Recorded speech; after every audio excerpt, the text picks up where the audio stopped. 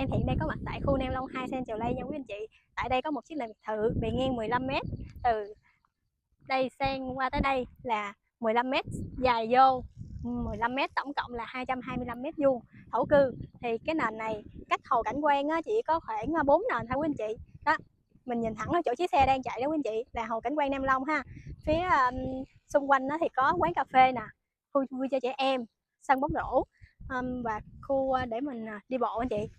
Nền này đã có sổ hồng rồi nha anh chị, tổng cộng là 225 mét vuông. Sổ hồng thổ cư thì cọc ranh nó cũng đầy đủ hết rồi. Ở phía bên đây là mình có một căn nhà đã xây rồi, thì cái nền của mình, cái ranh của nó là giáp với cái nhà này luôn.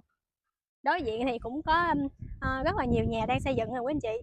Nhà cũng biệt thự đơn lập bề ngang 45 mét nó đang xây dựng. Thì anh chị mình thích quan tâm khu Nam Long 2 Central Lane thì hãy alo em Thiện nha, 0939881144.